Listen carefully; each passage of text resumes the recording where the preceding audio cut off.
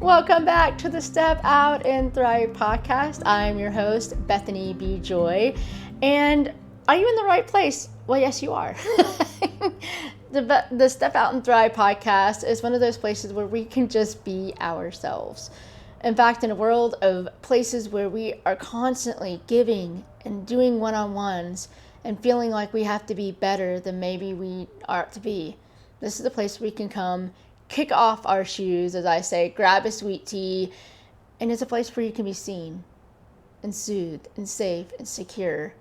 And a place where we talk about what it looks like to live life authentically and to dare to do more than just survive, to step out and thrive. With that being said, I love the series that I'm in, and someone asked me,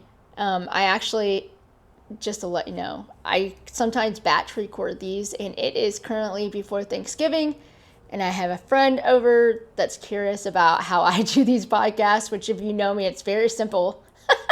I do not do high tech. If somebody would love to come in and be my producer for free, I mean, let's go. Like, I can give you the best internship, the best experience you've ever had.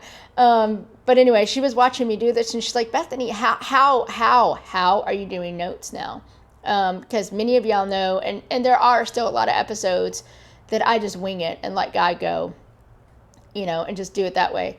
But I'm testing something with this series, is that I've learned I use this program on my computer called JAWS, and also magnifier combined with an audio reader.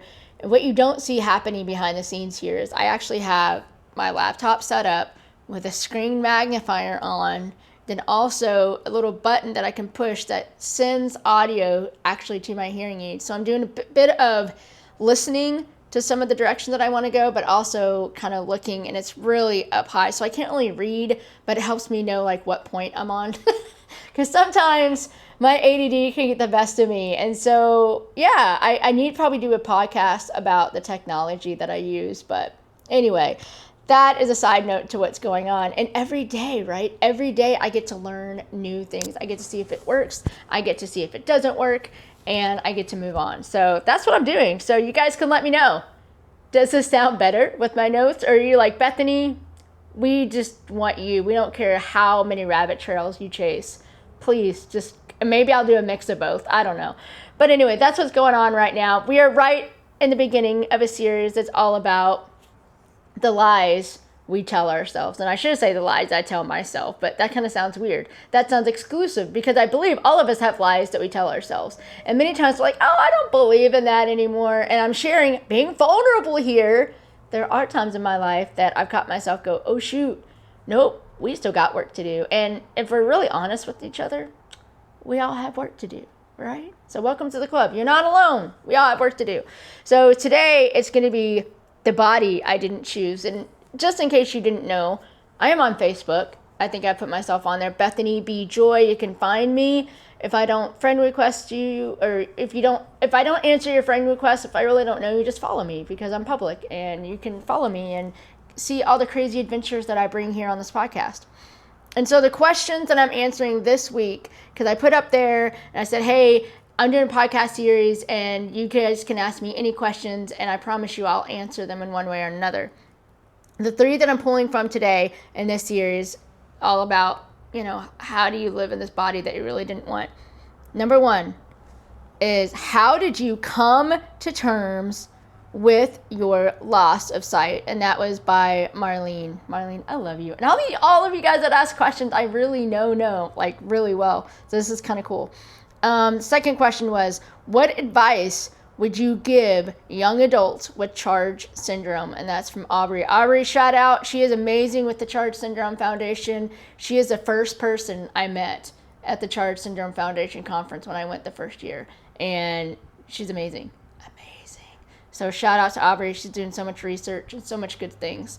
And she has CHARGE as well. And she lives it out boldly like I do every single day. So she's amazing. And the last question is, what is a simple thing you do regularly that makes a big difference? And that's by Stephanie.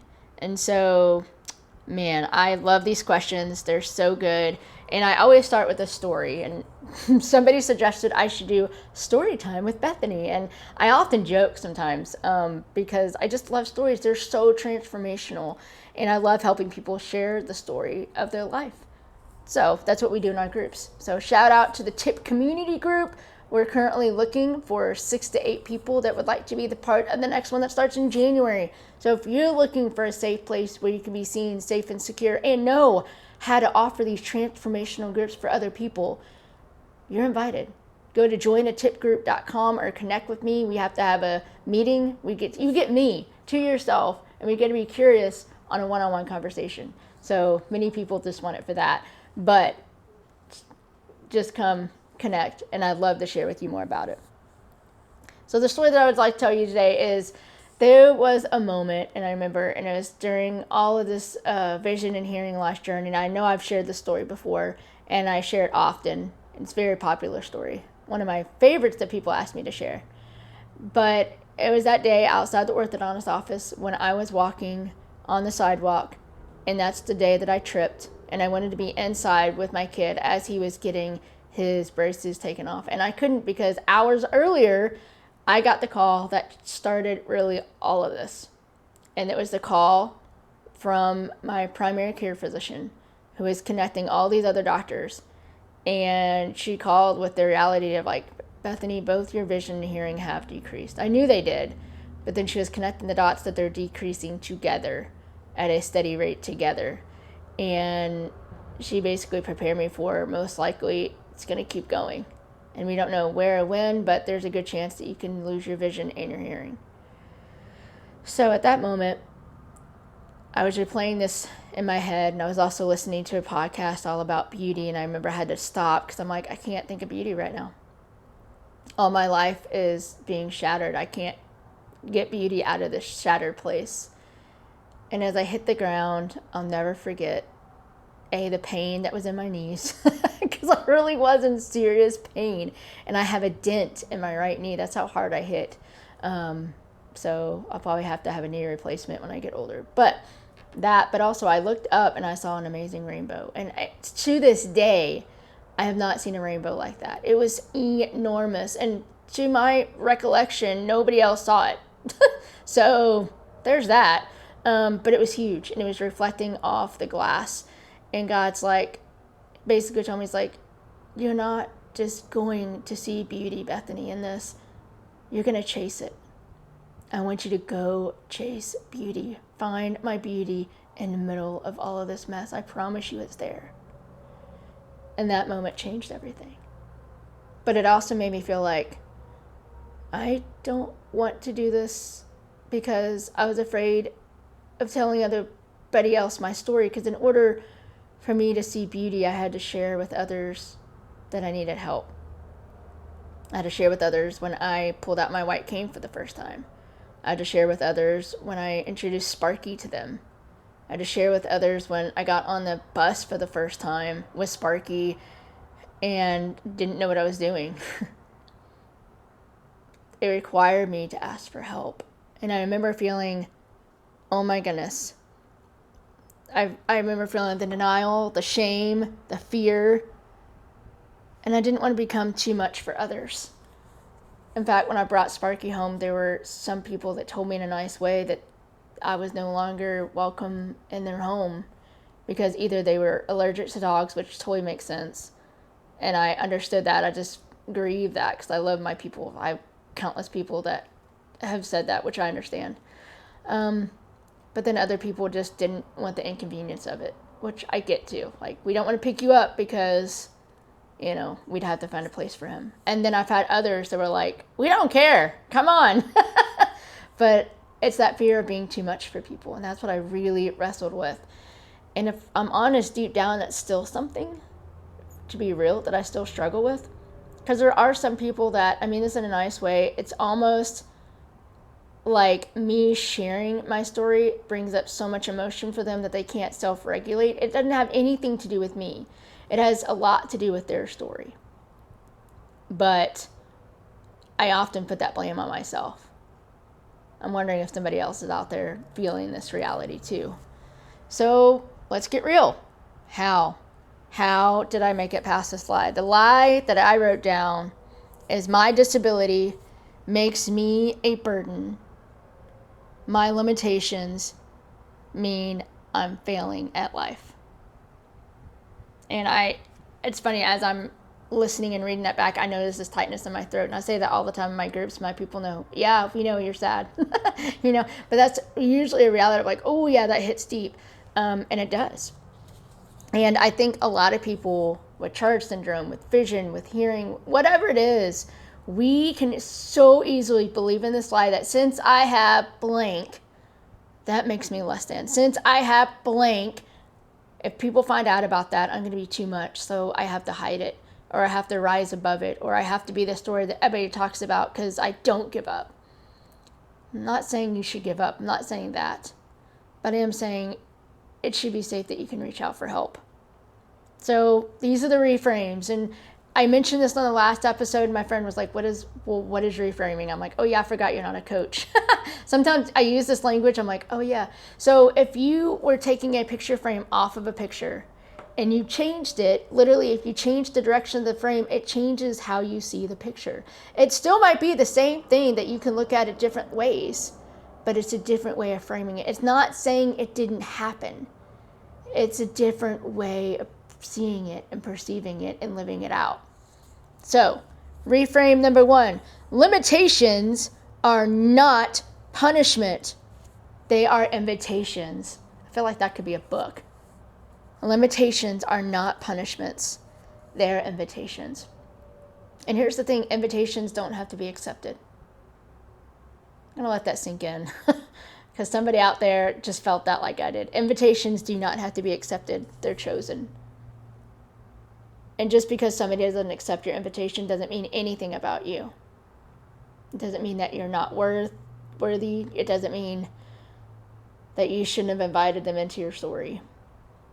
It just means that they're not ready. But that only makes space for those that are. Because here's the thing, if everybody responded yes, dude, like, have you guys ever had a party? I have, where everybody responded yes and you invited way too many people because you just got really excited. This brings back every single birthday party my kids had when they were younger. We have a really small house and I would just invite everybody thinking, oh, not everybody's going to make it. For some reason, our parties were the ones that people loved to come to and we really didn't do anything. We really didn't. And I think maybe that's why people loved to come, because they got to hang out. I didn't get to hang out with anybody because I was busy doing everything else. But anyway, back to that. You can't do this. You can't share your story with everybody, but it makes the room for the right people to say yes. The right people to get to know you. The second reframe is my vision loss didn't shrink my life. Instead, it expanded my compassion, my adaptability, and my capacity to lead others. I didn't write that. I had a friend that wrote that, just keeping it real, because that doesn't sound like me, because I'm like, oh. But this is what she said, another reframe that I could do. My vision loss, my hearing loss did not shrink my life. Instead, it expanded my compassion, my adaptability, and my capacity to lead others. And it really has. I mean, I never really did much at all with people in the deaf community. I didn't do much at all with people in the low vision or blind community.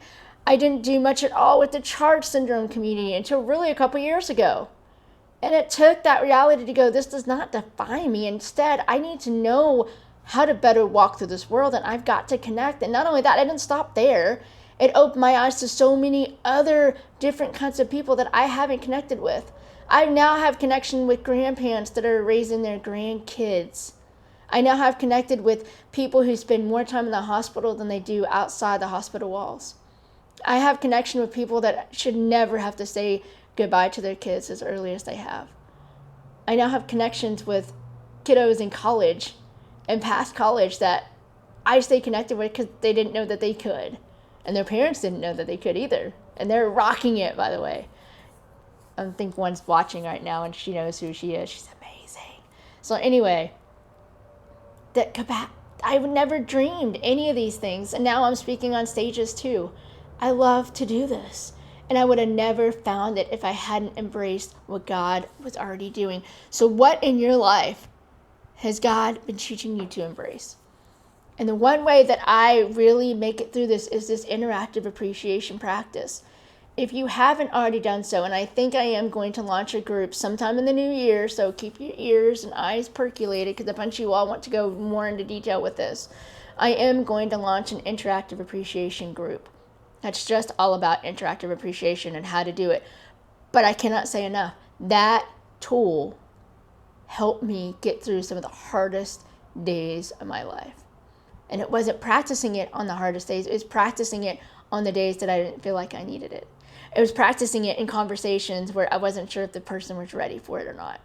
It was being bold and courageous and finding God's fingerprints even in the mess, even in the amazing moments, and recording it and keeping my eyes open to what God is already doing. So if you haven't gotten to check on that episode, go back and listen to that because it's huge. So I answered all the questions. I'm even going to take a minute and go back and just double check. So how did you come to terms with your loss of vision and hearing? I talked about that.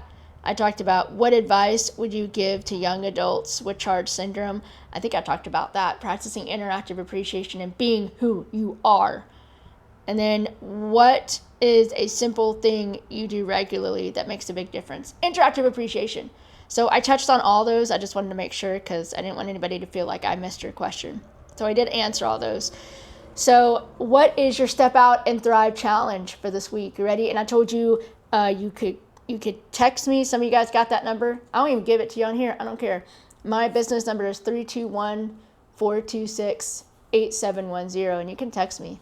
I would love to know your answer to this. Or you can follow me on Substack, or you can just go to my splash page, bethanyjoy.fyi or bethanybjoy.com. It's all in the notes, so you can find it. Question for this week is, what if your limitation is actually the place God plans to lead others through? What would change? One more time. What would change? What if your limitation is actually the place God plans to lead others through? Whoa. Just sit with that. And I'll tell you, I think the reason I love interactive appreciation so much is it involves the senses. And so even as my vision and hearing change, I still see. I still hear. Still get to experience. I still get to connect deeply with other people. Nothing can ever take that away. Praying for you all this week. Do not let your limitations define you. Instead, dare to do more than just survive, step out, and thrive. See you guys next week. Bye.